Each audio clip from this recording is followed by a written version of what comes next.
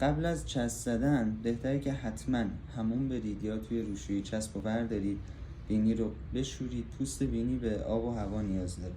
حالا ما اینجا پد الکل میکشیم براشون یه مقدار. مثلا چند وقت از زمانت گذشته؟ الان 18 روزه. 18 روز. بینی ترمیمی بود درسته؟ بله. چسبی که برای بینی استفاده میکنیم چسب میکروپور تیریم.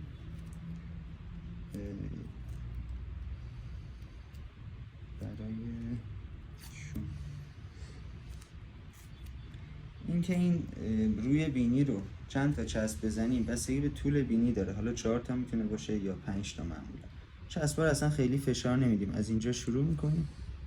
هر چسب یک مقدار چسب قبلیشو میگیره.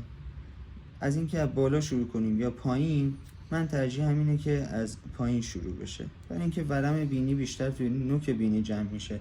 وقتی ما چسب اینجا شروع میکنیم میتونیم به اینجا فشار بیشتری بیاریم.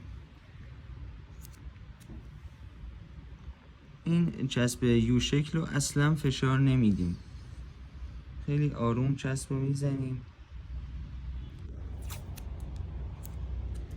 به بعضی از عزیزان من میگم این چسب رو نزنن، یا خطی بزنن یا یه لایه بزنن. هر جوری که براشون زدیم همونو بزنن. یعنی این مرحله چسب زدن ما مرحله ثابتی نیست توی همه بینی ها.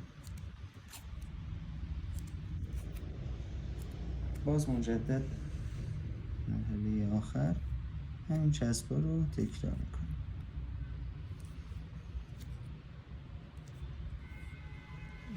میکشم